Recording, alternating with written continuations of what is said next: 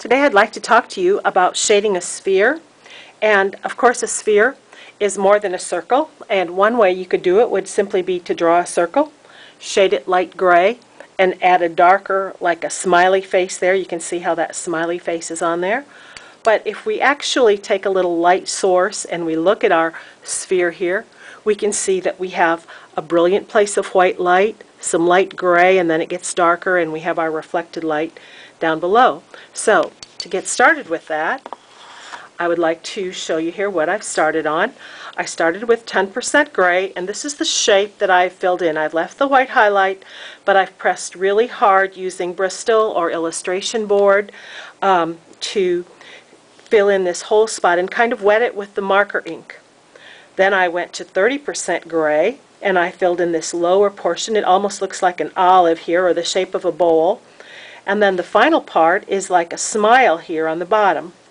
Now you can see here that I tried this in an earlier demo, and that I have some marks here that I don't necessarily like, and that's where the Prismacolor white pencil comes in, because I can simply take my white pencil here, see how that's helping to disguise or add a little bit of texture to that so that you don't see the lines that I had in there. So that's one little tip. You can go in with your pencil in the end then and kind of put in some extra shading, and it'll help. See that little line right there? It's helping to camouflage those lines.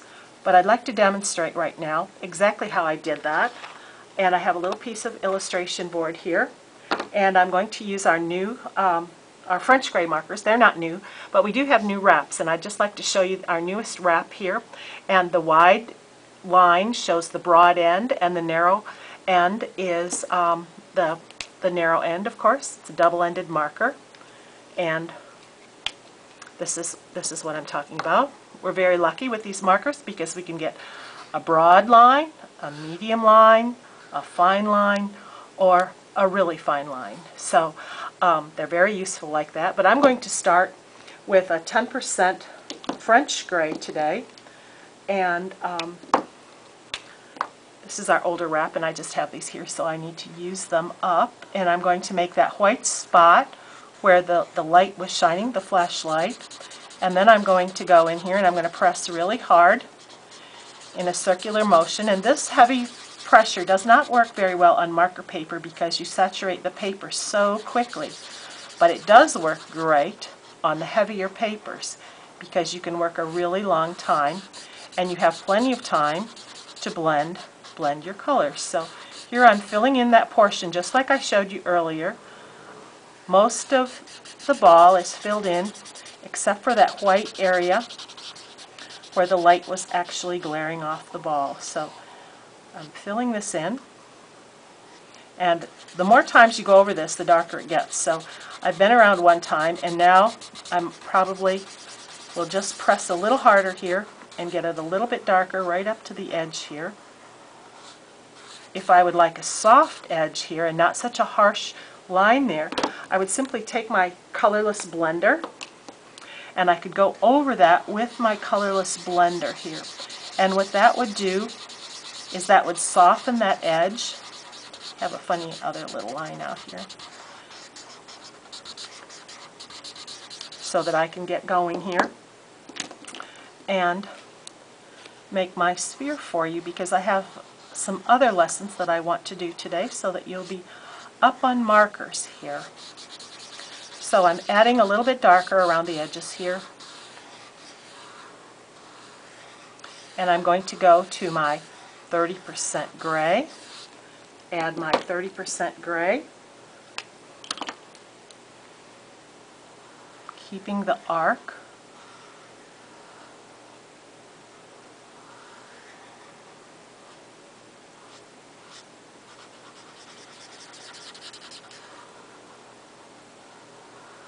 And if I don't want that line there, remember I can just come in with my 10% gray and go and straddle the color just like this.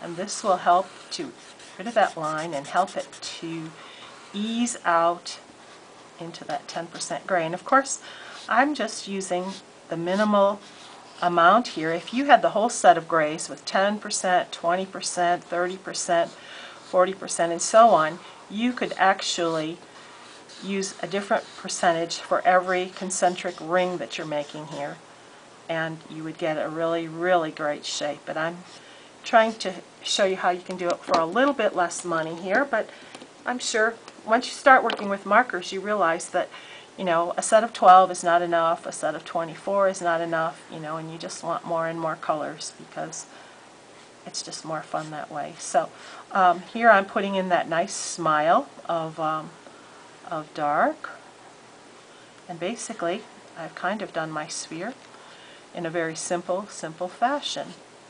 So I have a little point down here. I would later take my circular template and go around it with a black pen after a while, but I'm going to go back here to the 30% gray because I do want to even out this line, and I'm straddling it just like I did before and kind of making that come out a little bit smoother. So you can see I've created a nice form here, and if I wanted to, I could go back up here and I could add more percentages of grays, as I said. So I'm going to put in a little bit of 60 right here. You can see how that's making it a little bit darker. Put a little shadow underneath. And there we go. Now the trouble with pressing so hard, sometimes it does flare out a little bit, so you just have to work with your media until you understand it and see the right pressure for you. But now I will go around this with black and I would be all finished. So thank you for watching, and tune in again to see how I'm going to do this pumpkin, which will be my next video that I'm doing. And the reason I chose a pumpkin is because when you have a larger surface to use with your markers, you want to break it up into sections, and this is an excellent way to show you how I've broken it up into sections. And you can do it section by section, and you can leave a dark line or you could leave a white line in between and carefully complete your larger project using the markers without having your marker dry out or have some marks that you didn't like on there. So tune in to see how I do the pumpkin. Thanks. Bye.